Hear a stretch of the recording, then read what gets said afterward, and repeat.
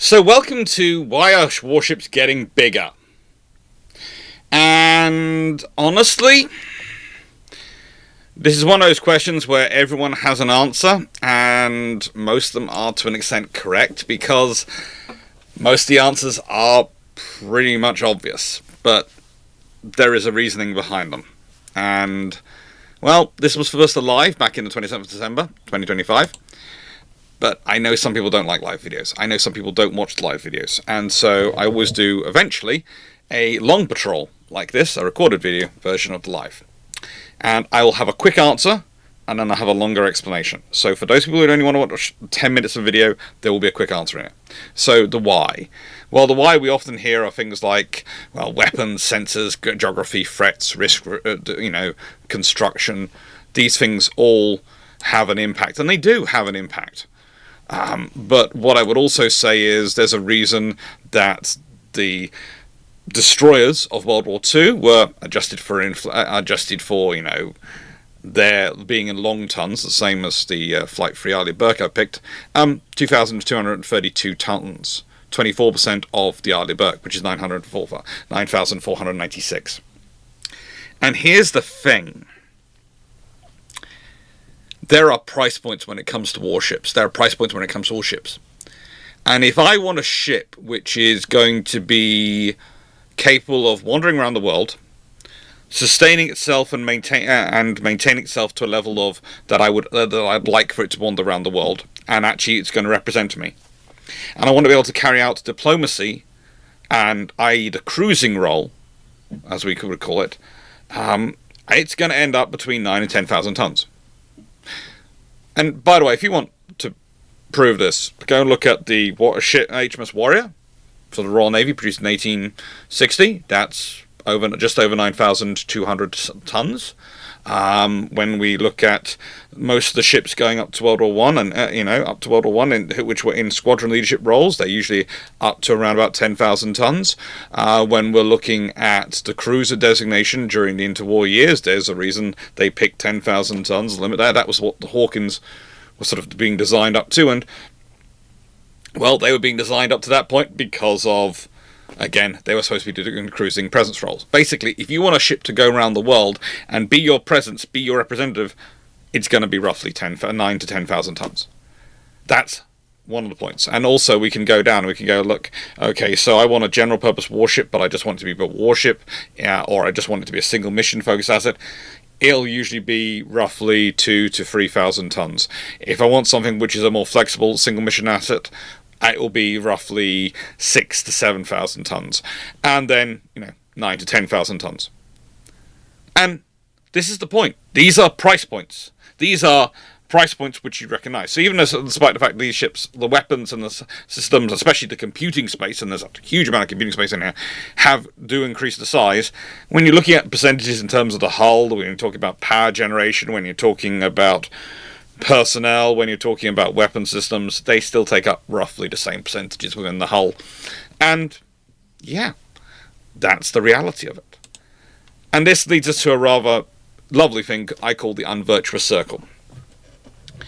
So the Unvirtuous Circle is this: shrinking fleet numbers equal needing individual ships to need to do more, because despite what the British government is consistently claiming, you cannot do more with less.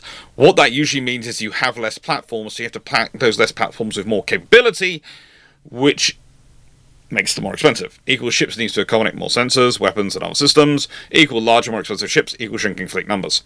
And also, they never do it the sensible way. No government ever does it the sensible way. The sensible way would be to go, right then, so we've got all these systems. We're going to design a ship which can accommodate these systems plus some space for more, so it can be expanded easily. And they go, no, we've got these systems. We're going to design the bare minimum of ship to take it all. And I always give the example of, let's say, when you're decorating a house, when you've got a home and you've got rooms. If you've got a large room, it's quite easy to find and maneuver furniture in there. It's quite easy to put stuff in and add stuff in over time and change it over time and all these things because you've got the space. If you've got a small, tight room, that's a nightmare. That's a okay, what can I put in it? It's either going to bare bones, or if I want to actually do stuff in it, actually want to work in it, it's going to require me to be like origami and out with the tape measure and checking everything and double checking for it, and it ends up actually costing more. It's one of the weird things. I've really noticed this since I got my own house. I was expecting the big rooms, like my office in here, etc., to be the expensive rooms to decorate and all. They're not. I can find stuff easily for them. There's a lot of competition for those things. I can find it's done. But when I'm talking about the smaller spaces that I've got on the house, they're more difficult. They're a lot more difficult. And it's the same with ships. So that's the quick answer. Basically, we've made a mess. We cut hull numbers, so we expect each hull to do more, and then that makes hulls more expensive. So then, instead of us paying slightly more money, etc., we cut the hull numbers again, which means they need to do more, and it's just a never-ending cycle of stupidity. Or what people ought to say is short-term good ideas, because you want to save money, so you cut numbers. You still want to have the capability, so you improve the capability of the individual ships, but that increases them a cost. So you want to save money, so you cut. And it's no one sitting there looking back and going. So the definition of idiocy and insanity is to keep trying the same thing and expecting a different result. Perhaps, just perhaps, what we need to do is design ships to do these tasks, fit them enough space to have it be modified, and then build as many as we're planning to build, and then maybe after that we look at where we are. Because for a lot of nations, you look at some of the cuts they made in the 1990s and the 2000s, because the world was going to be peaceful, there was never going to be another naval conflict, we weren't going to need large navies, it wasn't going to be necessary. That's the reality. It's not been like that. And then you have some really silly points come through about countries. You know, like, if you go and list off, it's not just Britain. People go, well, they're broke and they can't afford it. And I get that, of course, struck to me because I'm British. They also, there are people who say France can't afford it, Italy can't afford it, all these countries can't afford it. I go, these are not small economies. The British economy pre and after Brexit has been a seventh of the American economy. It has been about a seventh of the size of the American economy for pretty much as long as we go back data-wise. If you go and look at the data. And I've got a short on that at some point. And so dividing things by 7 on the American structure and going, that's roughly where we'd expect Britain to be if we were doing the same proportion, doesn't give us a massive, it doesn't give an unbearable budget or an unbearable system. It gives us something which is a bit more, though, than we currently spend. But it would adequately suit our needs. And it's the same with other nations. You could you can go through them and go, why are you spending so little? And it's a case of prioritization, but it's also a case of they've kept making these short-term, very good decisions, which are based on, we want to fund education because that's the future. We want to fund this because that's the future. And we don't need to fund defense because the world's going to be peaceful. Or we're already so powerful that no one's ever going to fight us. We're only going to choose wars because we won the Cold War. And none of that adds up to reality. That's the trouble. And that's the root cause of this unvirtuous circle. That's the root cause of this, because it's based on a lot of ideas of what the world should be, not the world is. There you go. That's the 10-minute answer. Actually delivered in a little over 9 minutes.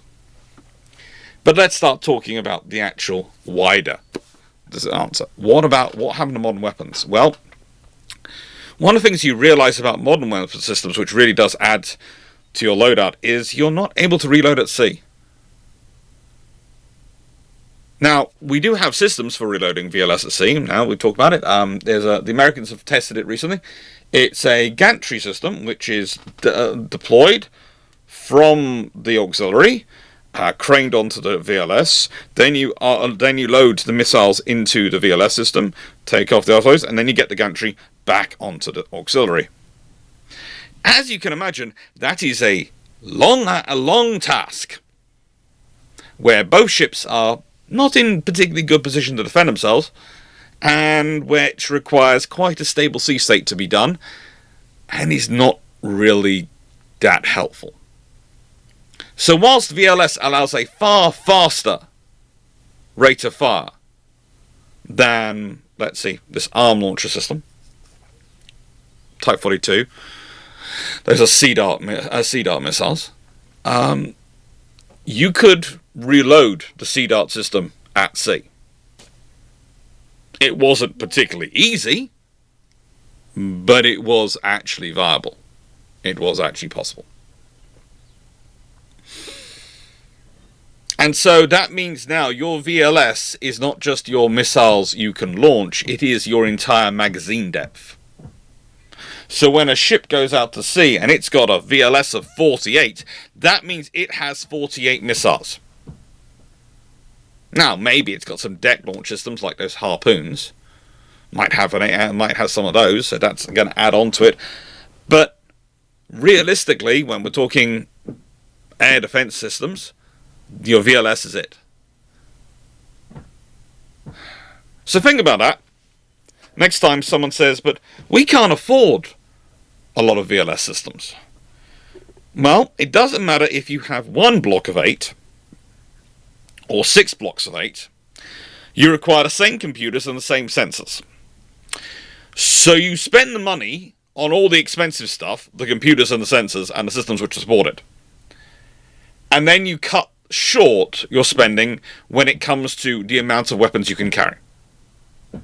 That happens more often than I care to admit. By the way, NFR 90, which is it was originally going to be a single mission frigate project. All the powers involved, they agreed, right, for a single mission, all we need is 48 VLS. And we're going to build quite a lot of these, so they're going to be able to mutually support each other. So that'll be enough. After it fails, the project starts in the late 1970s. After it fails, in the late 1980s, you get 3 programs begun. The Americans go after the LCS program. The Brits, the French, and the Italians start the Horizon program, which does have 48 VLS cells, and the Germans, the Dutch, and the Spanish start their own program, which also is the same front. The Dutch one carries 40 VLS. The German and the Spanish has 32. That's the Sanction class and the F-100s.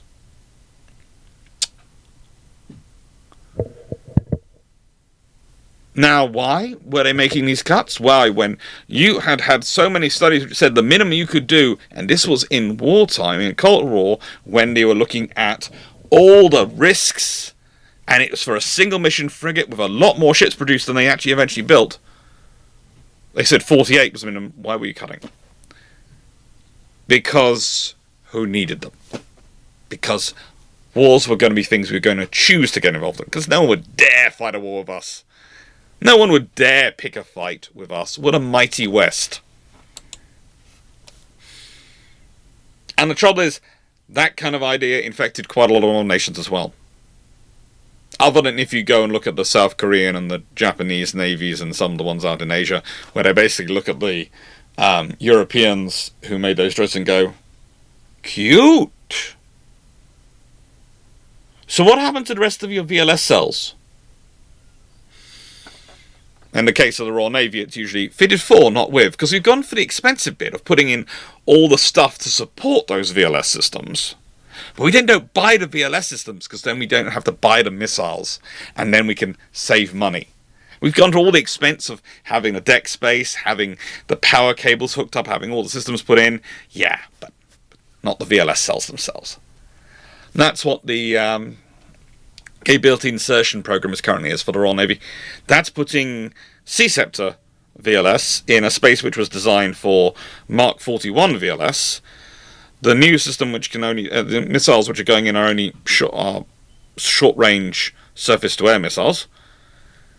which means you can carry 48 now Aster 30s, the longer range of the Aster system, rather than a mixture of Aster 15s and Aster 30s, which is good. But it also means that, well, if you've got 24 of these lovely Sea Scepters in there, when you could have put at least 16, maybe even more, of the Mark 41 VLS in there, and could have been carrying 32 quad-packed cam, and the other 8 cells could have been for Tomahawks, could have been for SM-3, Theatre Ballistic Missile Defense System, or anything else which comes on that line. You know, there are options. But no. We built it for the Mark 41 VLS. We used it as a gym for years because, well, we didn't have the Mark 41 VLS fitted. And now we're inserting short-range surface-to-air missiles. At least we're putting something in there. At least we're expanding, therefore, the magazine and capacity of those ships.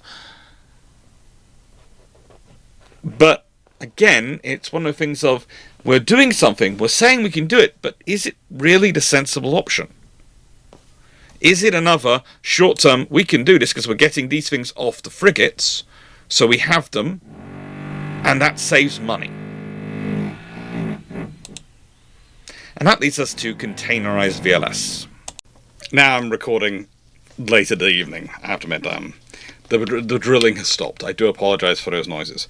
But getting back to this, so why can't we just Containerise VLS? Well, in simple terms, people try. People do try.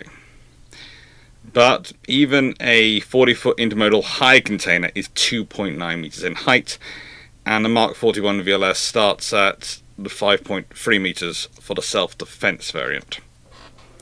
And the Mark 57, which is the tallest of the largest of the strike variant VLS systems, which the Americans have, it's the one fitted to Zumwalt, and it's the one which really they should be moving to, is 7.9 meters high. We're in hay there, rather than high. I suppose I was going for in height and then I forgot. I don't know. Let me just change that quickly. But this makes it a problem. This makes it a very big problem to try and change these things, because as much as you'd like to, as much as you'd like them to be changed and to be viable, they just aren't. So far, missiles have been growing in size, and the systems in them have been growing in size. They're also, the standard VLS system tends to be organised in blocks of 8 cells. The Mark 57 is slightly different, but Mark 41 is organised in blocks of 8, as is most of the Silver system. Although the A35 is organised in blocks of 6.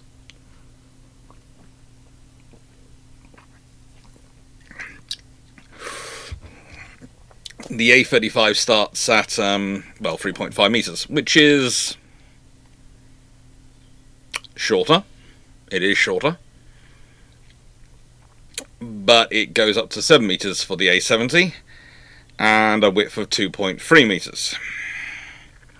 And 3.5 meters is still greater than 2.9.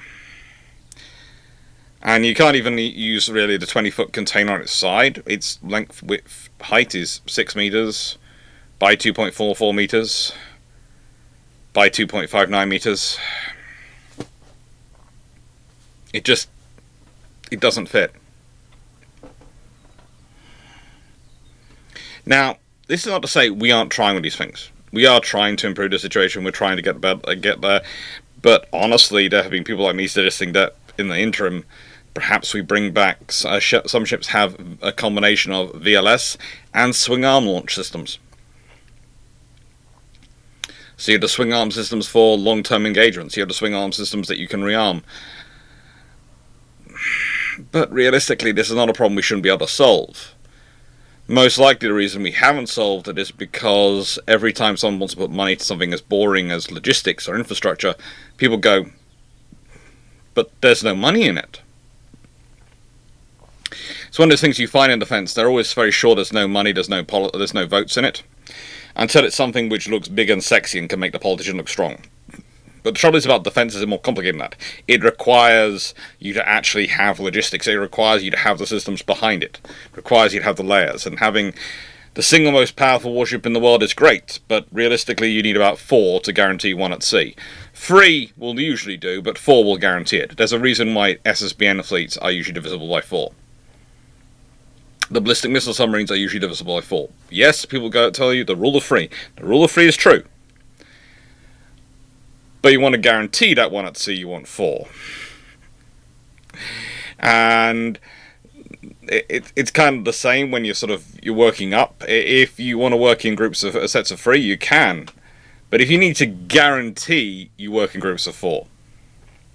And there's also some advantages to getting larger forces, because as you go larger, let's say you've got 9, you've got 12 units, you can usually be slightly more guaranteed about what's going to be available because you have the greater numbers, but also because you're less likely to have to disrupt maintenance for a surge and for a sudden need, because you're probably going to have one available anyway.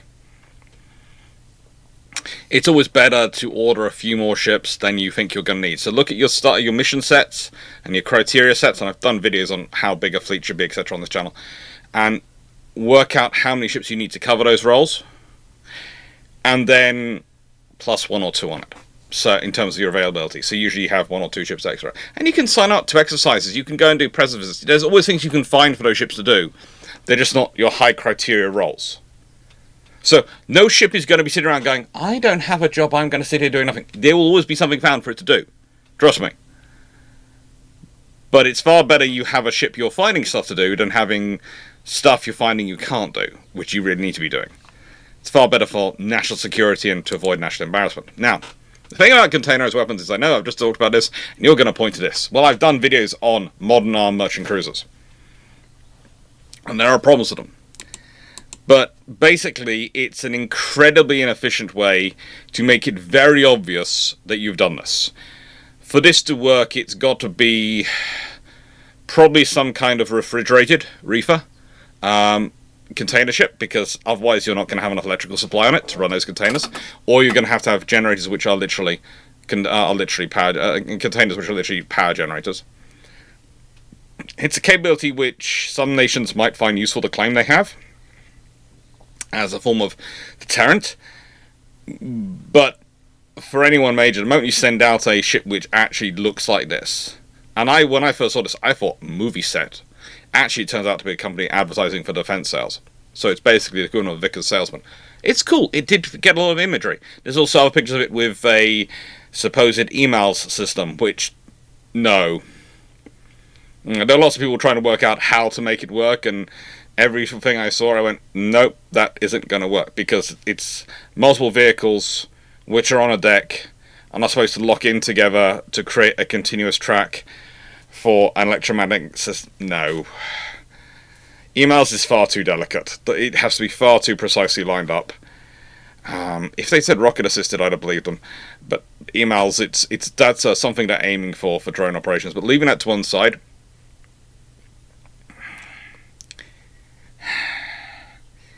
what you're realistically getting is, for each container, you're getting 4 missiles.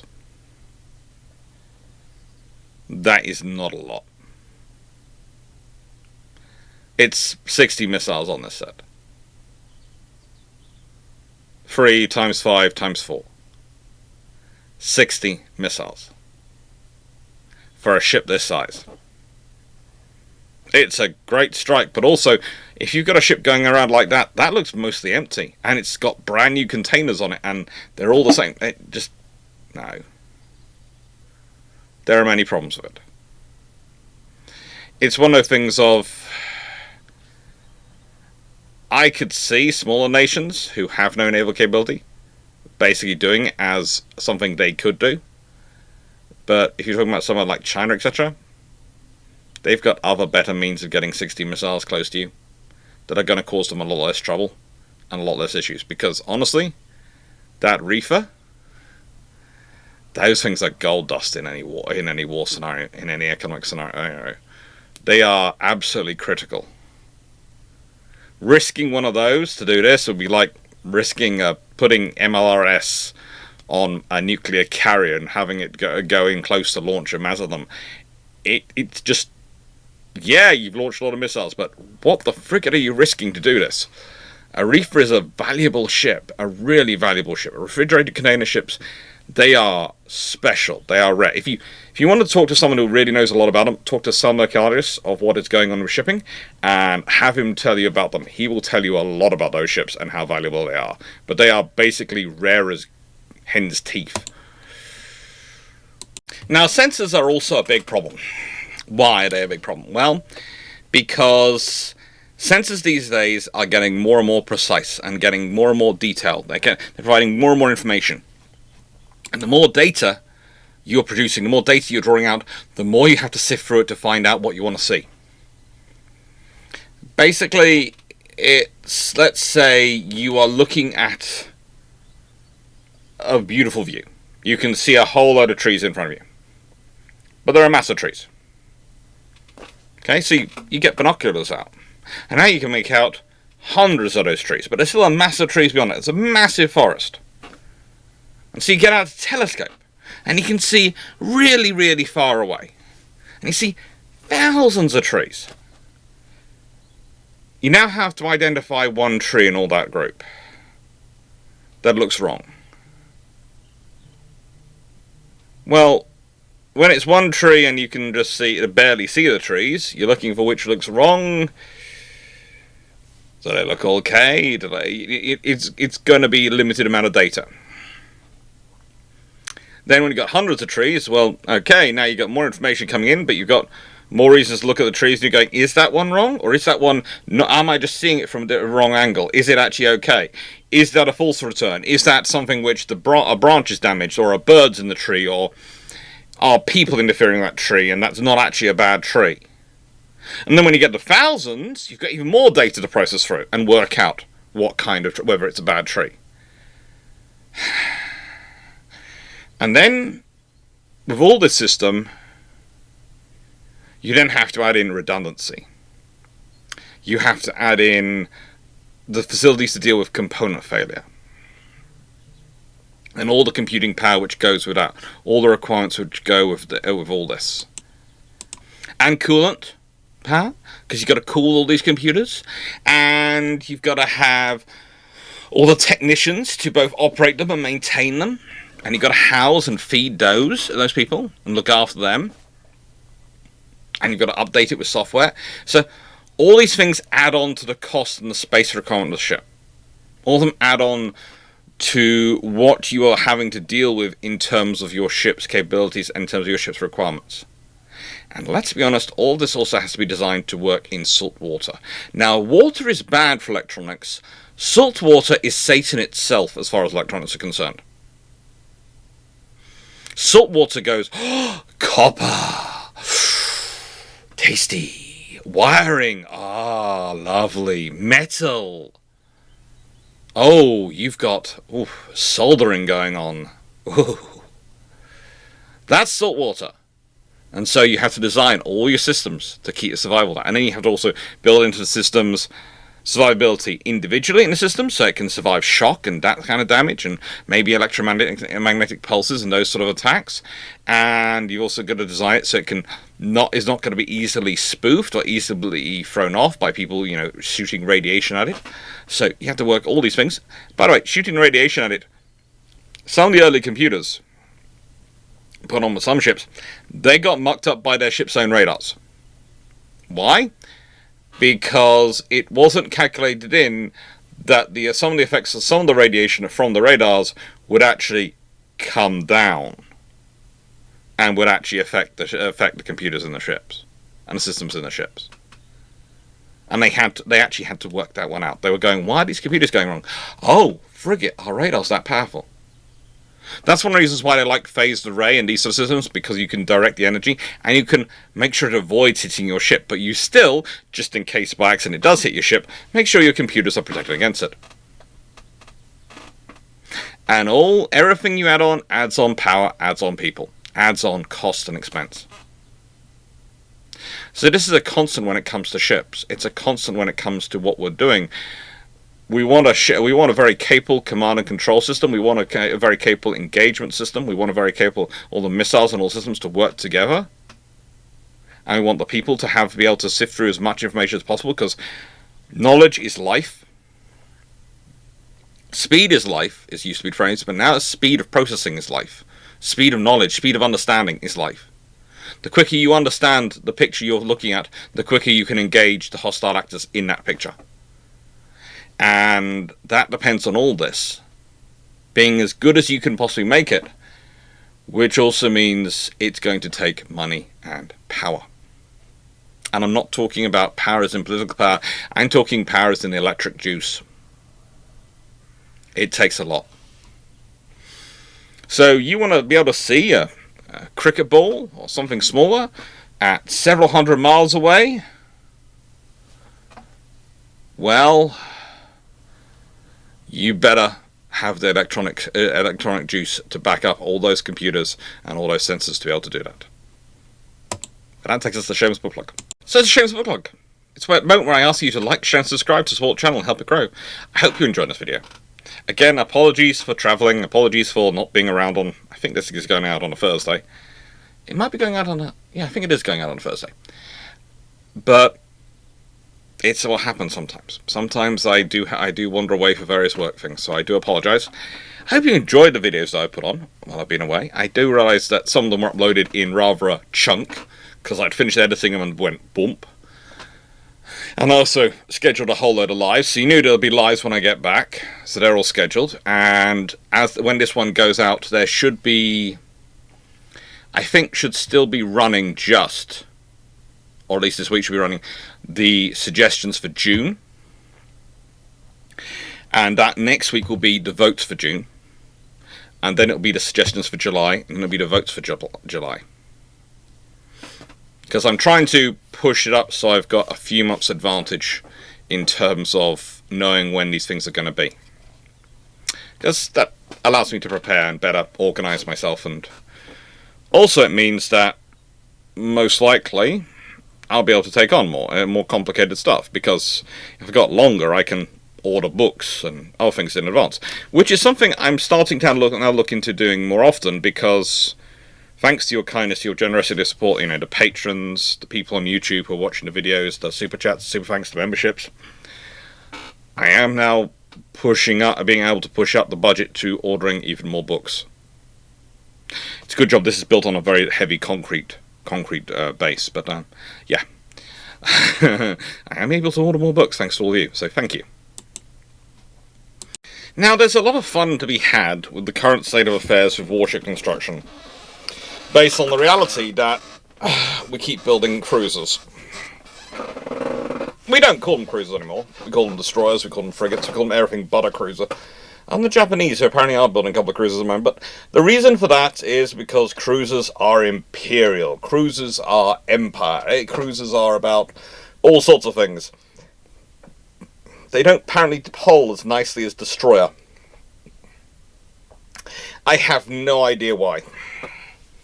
None at all. Destroyer to me sounds eminently more lethal than cruiser, but we'll leave that to one side.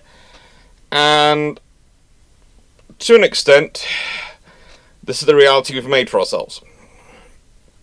Because we still need to do the President's mission. If you're a global trading nation, if you're a nation which depends upon the freedom of movement of the seas and global sea trade, you have to be a present nation. You have to be able to show up where you're needed to for events.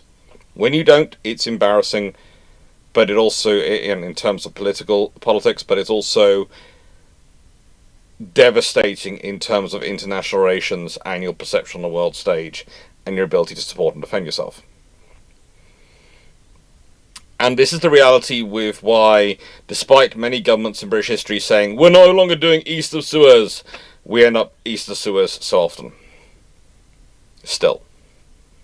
Pretty much every time someone shouts, Britain's no longer going east of Suez, you can guarantee within 5 years we'll be in a major commitment east of Suez. Go and look at the history of it. It's fun. Why is this? Well, Britain is, in many ways, as an economy, a services and finances hub with a country attached. That's London. I know we've talked about Northern Powerhouse and all these things, and I'm using Britain as an example of this, but it works for other nations. But realistically, for Britain,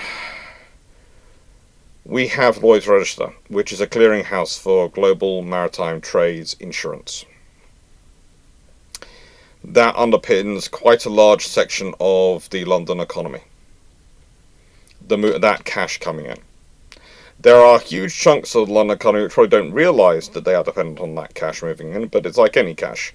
It coming in and rolling in greases a lot of wheels, pays for a lot of things, which enables a lot of other things to be done.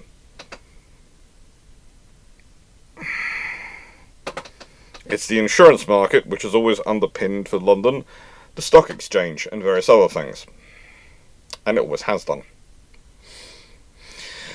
We have industry, we have, to an extent, and other things, but that's it. And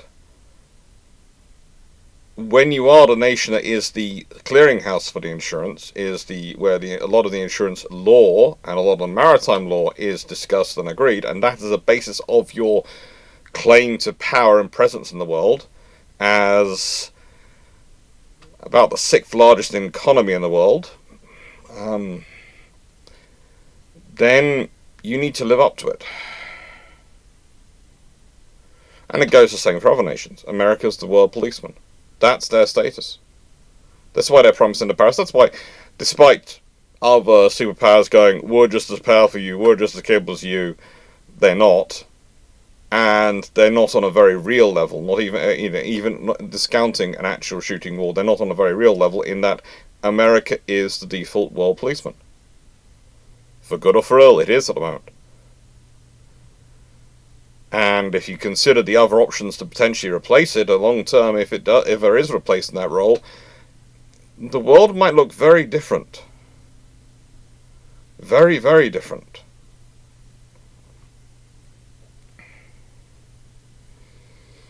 It's one of those interesting jokes of history that, when they were the joke from Europe at one point, I think, came from talking about in heaven, and in heaven the British were policemen.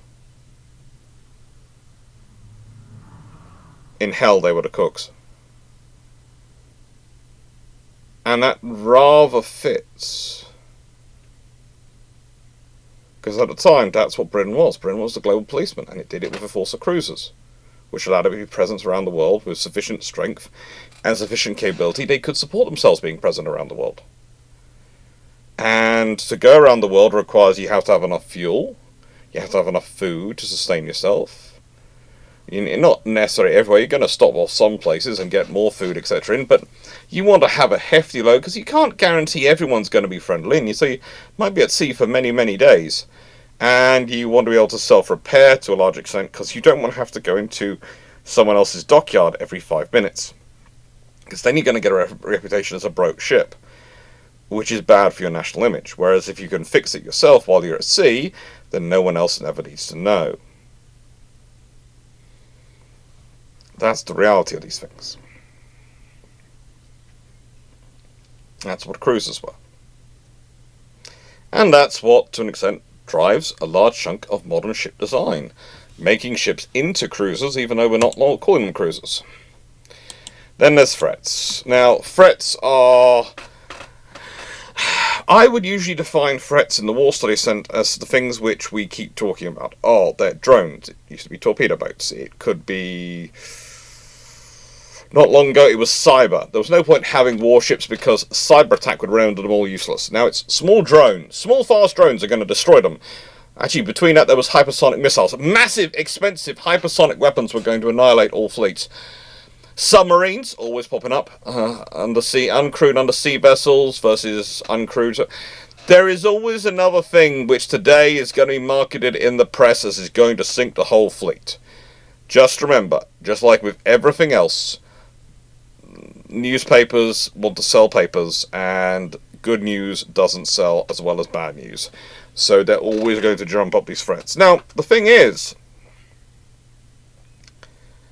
most of these threats we actually do have counters for. We actually do have systems to counter them. Have we fitted them to our ships? Are they fitted for them, not with? Did we decide to not fit them because we didn't think it was likely to happen anytime soon, so we'll save the money? One of the really interesting things, if you look at the different types of the Horizon frigates, the difference between the French ones, the Italian ones, and the British Type 45s, which are sort of quite a large chunk of their DNA to a Horizon frigate. And you notice very quickly that the Type 45s have phalanx, but are missing the Otto Breda 76mm, the 3-inch guns, which the others have. They have a main gun, they also have Otto Breda 76. And you sit there and you look at it and go, well, why they didn't decide not to keep up with that?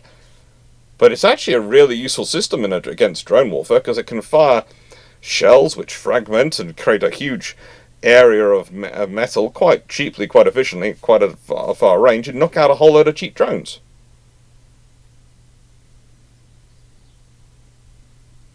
But I would argue the reason the Italians and the French went with that was because it was still a joint Italian-French project, and the Italians were insisting they get them. But if you look at the Italian fleet, that's very capable against that. And there's also ballistic missiles as a threat, and again, it's something which we can deal with. One of the fun things I had recently was I was told by someone, oh, you can't shoot down missiles, they're coming towards you, because we know this because we've seen events where the missiles, they have been able to shoot them down. And my point was, well, no, we've spent years, generations, building systems which are designed to shoot missiles down, which are coming towards us. Even in a task group, they're broadly speaking coming in our direction of the ship which is defending. So it makes the actually engagement very, very easily. When the missile is doing that across the far end of your engagement road, that makes it very very difficult, because you're having to launch. When the missile's here, you're having to launch here and hope you intercept it here. The trouble is it going faster than your missile is? Or will your missile go fast enough to hit it where it... And that becomes a problem. That becomes something you have to deal with. So you either have to be able to launch it when it's far further away to get it into the engagement basket at the same time, or you have to be fast enough to catch it. And again, that's a specialist missile. That's something you have to develop. So threats are constantly evolving. Threats are constantly changing. They're things which are constantly coming about. What I would also say is very rarely do things stop being useful in warfare. It's either we find something else to provide that utility, that capability, or alternatively, they just hang around and change their roles.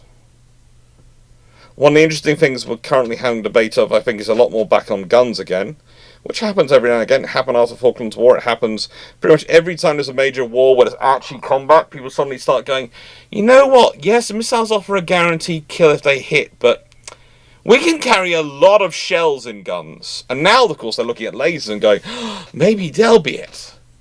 Anything to not have the gun. They will literally chase anything to not have the gun, I swear. But in the case of lasers, yeah, it's a good system to have. Is it all-weather reliable? I don't know yet. There are discussions still about that. In which case, I'd have lasers and the guns. But that's me. I'm a belts and braces guy, I get told. But, yeah, these are threats. These are things which are going to have to be dealt with and going to have to be managed. They are risks which are going to come up. But, again, there's nothing really new. You know, the response, one of the interesting things was that's come through is the idea of small unmanned craft going to attacking ships under the sea. So I went, so you mean torpedoes? No, they're drones. They're torpedoes, okay. And they're going to be launched from these fast boats, which are going to be maybe optionally crewed. So you mean you're talking about torpedo boats launching torpedoes? No, it's something completely new. It's drones. No, if we consider the systems we had in that period, it's basically the same threat. It's just been scaled up in capability. It's appropriate to the time, okay. So probably the same response will work. No, you need something new, something completely different. I'm sort of going, again, you don't. The way to take the drone out that is a threat is to take out the drone which is the carriage. And the drone which is carriage is probably going to be, as it's carrying things, is going to be a lot less maneuverable, a lot larger and a lot more visible than the one which it launches. And the saying goes, I think it's Ryan Beth who coined this most recently, shoot the archer, not the arrow. If you're trying to shoot the arrow out of the sky, you're onto a very difficult task. If you shoot the archer before they can fire the arrow, then you probably win. Because there's nothing launched at you in the first place. It used to be the same in the Cold War, when Soviet bombers were threatening massive missile attacks on American carrier battle groups. Basically, the doctrine was to have the Tomcats up as far forward as they could be with their Phoenix, the AIM-154s, I think, Phoenix long-range air-to-air missiles, and to knock out the bombers at maximum range before they could fire the missiles. Because if you take out a bomber, you take out not only the couple of missiles possibly it's firing in this strike, but you take out any potential for it launching a strike tomorrow or the next day or next day. And that kind of attrition really does help. It's the same with these systems. And yes, Uncrewed gets their own section, because it has to. Because it's also going to be affecting and driving ship size. So here is the problem when we get to uncrewed assets and them replacing a lot of things, especially when it comes to submarines. If we want to communicate with submarines underwater, there are a couple of options. Very low frequency communication systems, these lovely arrays, and extremely low frequency comms communication systems. Again, all fun. But you'll notice the list of nations which actually have these things, because they're very expensive. Australia, France, Germany, India, Norway, Pakistan, Russia, UK and USA have very low frequency comms. Extremely low frequency comms are China, India, Russia and USA. It's kind of interesting on the Indian one. There is a debate about it, because officially what they did was they dismantled their one of their very low frequency communication systems, and they rebuilt it as an extremely low frequency communication system. Either way, both these systems are very, very expensive. Very, very expensive. And they don't really allow a lot of data to be transmitted. Now, a lot of the nations are still working about uncrewed assets and undersea uncrewed assets, and they're going to be important. But communications is the critical thing for them. AUKUS, a big part of that is uncrewed assets. But also a big part of many problems we've had recently in drones, with drone operations, is the lack of satellite bandwidth, the lack of communication bandwidth, because they require a lot more to go backwards and forwards to be understood and controlled. The more complicated you have the system being, especially if it's a ship or something like that, the more data is going to have to go backwards and forwards. And then people go, well, hang on, how about we make it an AI or an logarithm to run it, and we make it automated? Well, that's going to require a bigger system with more computing power, and that increased processing power is also going to require more power and more cooling, which is going to require more stuff to support it, which is going to mean to justify building something that size, you're going to want to do more with it, which means you end up in your own issues. And also, the bigger it gets as an uncrewed asset, the more it runs into issues of the laws of the sea, and whether or not it should actually have a human in charge of it for legal reasons at sea, and who's responsible if it bashes into anything, and what happens if it gets hacked or attacked.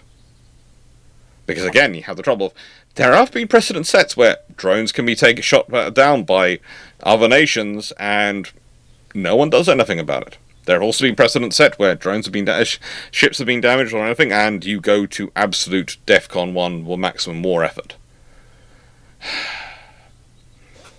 Now, as I do in many videos, I will remind you that my sneaking suspicion of the future of uncrewed assets and surface assets and warships is that every crewed warship will become the centre of its own task group of uncrewed assets.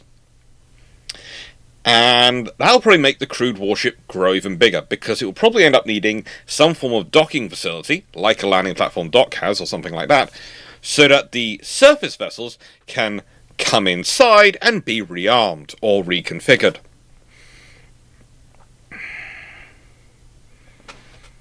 I'm honestly fairly certain that part of the future of warfare looks kind of like the carrier from that computer game Carrier Command. I think there's one variant which is called Carrier Command Gaia Mission, and basically it's a ship which has missile launchers on it, has guns on it, and it also has some,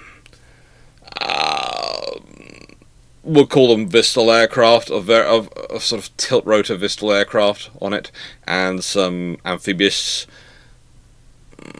assault vehicles and other systems which you can send out and deploy. It has all these assets which are remote controlled from the ship. That makes sense, they're useful, they work, but the reality is the ship's fighting power isn't much about what the ship itself carries, as what they carry. And this is, again, the ship has to have these spaces on it which can accommodate and allow these systems to be maintained and repaired and rebuilt, and that takes up space and requires a larger ship. So uncrewed assets, I don't see them actually reducing the size of ships overall. They're probably going to end up increasing the size of ships. And even if we do go for things like Argon operating in such a task group, again, how are you going to communicate with them? Are you going to have to use a uncrewed aviation asset to act as a comms relay system? Are you going to use a laser-based communication system to communicate with them? Are you going to try and communicate by satellites? How are you going to do it? And again, that's going to be a limiting factor. Whichever way you look at it, communications is always going to be a limiting factor, especially if you consider the amount of times warships have to operate a mission silent. To try and hide their position in the world, they go emissions silent. Which makes it very difficult to coordinate with uncrewed assets. And very difficult for you to coordinate uncrewed assets. Oh. And so far, I haven't got into systems like NATO's Janus, which is, well, it's a protocol for sending digital information using acoustic sound. To say it's like dial-up internet in terms of its operation would be being very, very rude to dial-up internet. Also, it's got limited range, but, life happens. And then we have risks. Now, I talked about threats earlier, and they are things which come and go. They are things which rise and fall and change over time. Threats are a constantly evolving thing. Risks are a constant. Risks are... We are an island nation, we import our food. Risks are... We are a trading nation. We have a global trade network we depend on for our economic survival. We have to have imports so we can have exports. Risks are... We have islands spread around the world which are connections and important positions for us around the world, and they're parts of our national fabric. Risks are... We have a long land border with, nations which are currently friendly to us, but there's always a possibility they change and become a threat, so it's a constant risk. It might be a low risk, but it's a low risk in terms of the threat. It's not a low risk in terms of if it happens, so therefore it's sensible to maintain some sort of constant capability. It's one of those things of, if you're Switzerland and you're surrounded by all the countries you are, you probably consider yourself to currently have a low threat of invasion. But the fact is, you don't have that much of a territory to absorb any invasion if you are invaded. You don't have that much space and room to maneuver. So any invasion becomes quite a high threat and would automatically be a very threatening scenario. So therefore the risk, whilst it's unlikely, the risk is an important risk you have to bear in mind, and that's why you design a lot of your defences around that risk. So risks are constant. And risks affect ships in terms of if a nation wants to be involved in things, if they depend for their position on being involved in things, they need to be able to show up. And need to be able to show up with something which brings a capability, which is it brings something to the table which people are going to respect and going to find useful. And power, ultimately in the world, especially in the world we sort of be finding ourselves in that it's not the unipolar world we imagined it was going to be. It's not the bipolar world of the Cold War. It's becoming, to a sort of extent, more like the world of the 1920s and 30s, or even the 1900s. It's a multipolar world, with some powers rising above the others, definitely, but there's a lot of powers and a lot of threats out there, and a lot of risks. There's a lot of places like the Straits of Hormuz, etc., which need to be monitored, because they're a threat to not just one power, they're a threat to all powers in terms of what could go wrong. But the people who get to decide what the solutions are the people who show up. Power belongs to those who show up, not to those who can show up, not to who wishes to show up, not to someone who gets someone else to go for them. Power shows to the person who shows up. And that power is the power to decide what happens. You want to have influence on events, you have to be there. You can't heckle from the back of the auditorium and go, "Oh, you should do this." No one cares. It's like a football match. The fans around the stadium can be shouting out all sorts of different pieces of advice and ideas. Even the coach, who spent the whole time training and prepping everyone, can be giving out instructions. But realistically, the only people who have any power to decide what happens in that game are the players on the pitch. If you're not on that pitch, you have no influence, no power. You might think you have power, you might have the image of power. I'm sure the owner of the teams consider they have a lot of power in the process, but honestly, they don't. Once they've paid the players and they're on the pitch, what the players do is up to them. That's the reality. And it's the same with international relations. If you don't show up, you don't have any influence in what happens. You don't have any power over what happens. You just don't matter. And that's scary sometimes to think about, but it also, again, drives ship design. Because if I want a ship to show up, it's got to be powerful enough in presence that it shows up and people know I'm there. It should be distinctly representative of my nation. It should also be powerful enough people are going to think about it. When you think about some nations, why do they have the ships they do? Why do they build the vessels they do? They're often building for a command role or a senior role in multinational task groups. Why? Because it gives them more power when they show up. More influence, befitting their status. Some nations and some governments have actually considered building such ships a cheap way to have power and influence, because it'll always be a multinational task group. They never have to provide a national one. So as long as they're leading the multinational task group, they're going to have the power and the status. The reality is you actually do need to provide a healthy dose of the escort force as well. But, some nations, or rather some governments, have been victims of their own hubris on these fronts.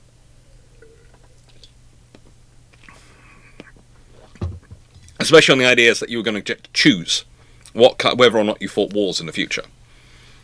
That was the big thing. You were going to be able to choose. And that leads us to construction and maintenance. Now here you have multiple ships in design and construction. You have HMS Belfast. She's being constructed as Type 26, so you can see some of her modules being put together. You have Xi'an and Heihai, which are in China. You have, the Michael Monsieur, and another one of the Burkes being built. In America, the Rafael Peralta. And you have HMS Venture in the UK, and you have the Admiral Monarch in France. All of them under construction. Now, the thing is, construction and maintenance can have a big impact on your costs and your operations. Ships can be paid to be built slowly, to stretch out work for yards and keep yards open, because yards closing is bad politics, but you don't want to build a lot of ships. A good example of this is the British Queen Elizabeth class program. They were literally paid to build slowly. They were paid extra to build slowly, which is why we ended up paying what was the equivalent costs of actually, we could have potentially built 3.5 ships. Once you added in the costs for divvying around, working on whether or not to go Cadabar or stay Vistal, when they'd already deleted the bits which could have made it go Cadabar, unless you were going to rebuild the entire ship, or and the paying to build slowly. Once you add those bits together, you get almost enough to alone from those things, almost enough alone to build an extra carrier. And this is part of a national strategic vision and ideas about what they want.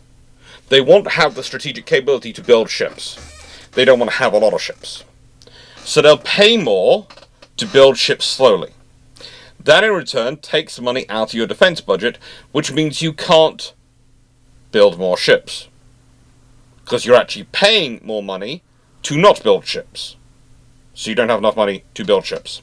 And if that doesn't make sense to you, don't worry, it doesn't make sense to anyone. But basically it comes down to, they want to don't pay the crewing costs and the running costs, or have ships sitting in reserve. They don't want to do anything like that, because that could cost money, and that also could look inefficient. If you produce a ship and then you stick it in reserve, that seems bad. Even though that used to be quite a common thing. Navies used to regularly stick ships in reserve. They'd build them, and often you'd find, let's say if you build a class of 12 ships, the first, by the time you got to vessel 12 in service, you'd start putting the first 1s, 2, and 3, and 4 in reserve status. Because A, you probably need to fix things which you designed in them originally thinking was a good idea, and then by the time you've built them you realise not, so you fix them for the rest of the build, and then you have to fix them for those ones. And B, you can save money that way, and you save ship life. And then what happens when a ship needs to go into extended maintenance? You bring out one of the reserve vessels. Which is quite a good idea, realistically, because it means that when you always have the pool of 8 ships to operate from, and if ever a ship is in long-term refit or maintenance, that gets added to the reserve force, and you pull out one of the reserve fleet to cover it. Also, another ship looks like, wow, we've really worn that ship out. Oh, good lord. We might actually have to, that ship might not make the end of service life. We'll swap it around with one of the reserve ships. Extend its life about a few years, giving it a few years apiece. You can do these things, and then you have your ships have the life they're supposed to have.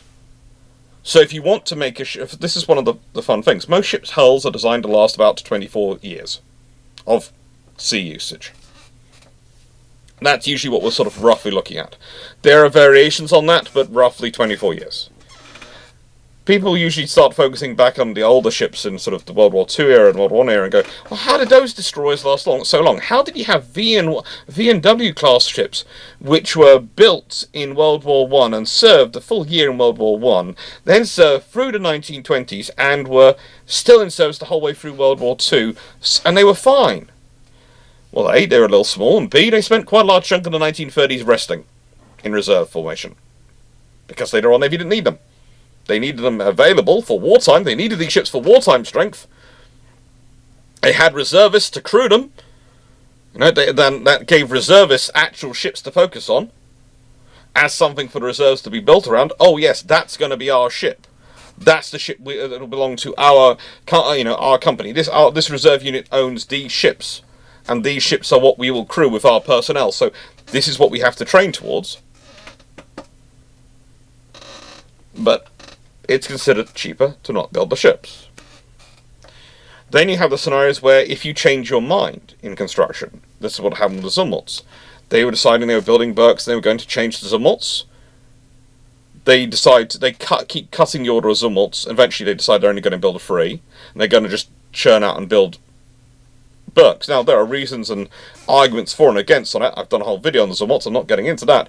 But that means you don't have to pay to change over the yards. You spend a whole lot of money setting up yards to build Zumwalts, and now you have to change them back over to Berks. That costs a huge amount of money. That costs the equivalent of ships you are spending on that. And then you go into maintenance, because let's say you design your maintenance system to be perfect.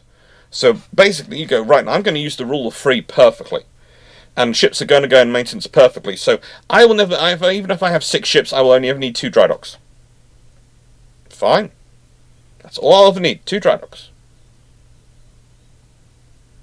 And then, an emergency happened. I'm going to have to stretch this. I'm going to have to extend this period so that it's not going to go maintenance on schedule. And I'm going to have to pull this ship out of maintenance early because I need to go cover this. And that happens, and it builds up and builds up and builds up. And suddenly, you need a lot more than 2 dry docks to get the ships back to a normal operating schedule.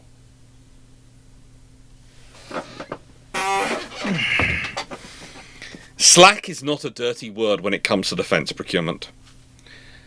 But a lot of the efficiency, a lot of the just-in-time logistics, and it's not even proper just-in-time logistics, because the actual companies which developed just-in-time logistics, they did an analysis of what parts can we get quickly and are in constant supply, and what parts aren't. And the parts which aren't, we will have warehouses of to maintain our supply of them.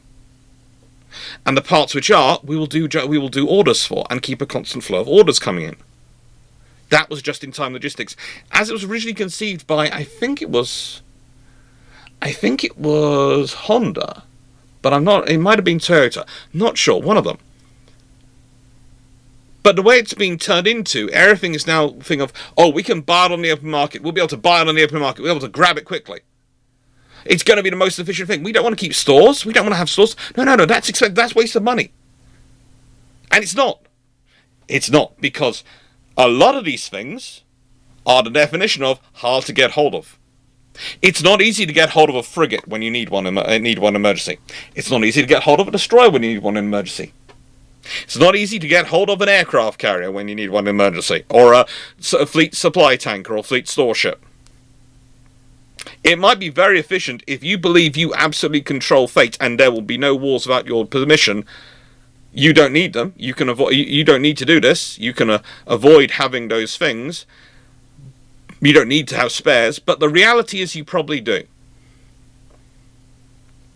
And the reality is, designing a force without that slack in actually makes everything more expensive, because that slack adds in extra hulls being constructed, which lowers the average price of units. That slack adds in a more consistent maintenance schedule, which means maintenance is more predictable, which makes it cheaper to operate. That slack adds in breathing room for when you need to do major maintenance. Again, you can do it cost efficiently instead of having to pay for it to be done emergency speed or all mucked around with. And that slack also means that if there is a crisis, you have capacity. And so you don't lose on the national economic stage, on the national diplomatic stage, on the international relations stage. You don't have those negative consequences, because that is a cost. That is a very real cost. When you are not able to do these things when you need to do them, there is a very real cost associated with that. And that's something which isn't factored into defence procurement. It should be. The cost of not being able to do the security, the cost of not being able to do the operations, the cost of not being able to meet your national security needs. That should be factored into the procurement of, do we procure this or not? Well, if we don't have available, this is our problem. But the trouble is, factoring in something like that, well, that would mean that you would start it, for example, in the UK or other nations like that. You might start going, well, hang on, why do we have no land-based air defence missiles other than various land sector variations of the short-range air defence missile system? Why don't we have anything which is theatre level or even able to do ballistic missile defence? Why do we have none of the bigger surface-to-air missiles for land bases? And the whole idea has always been for the UK that the RAF with their fighters would keep everything far enough away from the UK, and anything would have to get through the NATO allies anyway, and then it would be fell upon, well, our fighters would deal with it, and so that would stop it reaching the UK, so there's no point having things back in the UK. It would be a wasted money. And anything which was, coming in would be going into only a few certain targets, leakers, and so the few batteries we have of short-range air defense missiles would deal with that threat. And that's been a hubris which has been existing since almost the end of the Second World War in the UK. We're talking about a hubris which set in within a decade of the Battle of Britain. And almost every country has these weird things. And before you get started, America is saved by how big and how broad their forces are. They spend a lot of money. But they still have some strange gaps in their force structure. Every nation has these issues. They have some issues when it comes to payment, when it comes to procurement. They have issues when it comes to structuring their forces. And most of these issues have got worse since the 1990s, since the end of the Cold War. Since a lot of nations, especially in the West, started believing their own... believing their own PR. Believing their own sales pitch. That they really were amazing. I always love it that the same people who stand there and tell you that the world is all equal and everyone is the same and everyone has the same values and we're all growing to prosperity and equality and everyone's as good as everyone else, which I agree with, by the way. Everyone, all humans is equally capable of greatness, is equally capable of destruction. We'll then turn around and go, but by the way, we are so powerful in our armed forces, we don't need, in our armed forces and our capabilities, that we can afford to cut ours, because frankly no one can match us. I also have the dichotomy of that, they sit there going, no, everyone's just as good and capable, but we're not better at all. But on the same hand, our armed forces, our capabilities are so much in advance of everyone else. We are so powerful compared to everyone else. We can afford to reduce our armed forces down to bare minimum.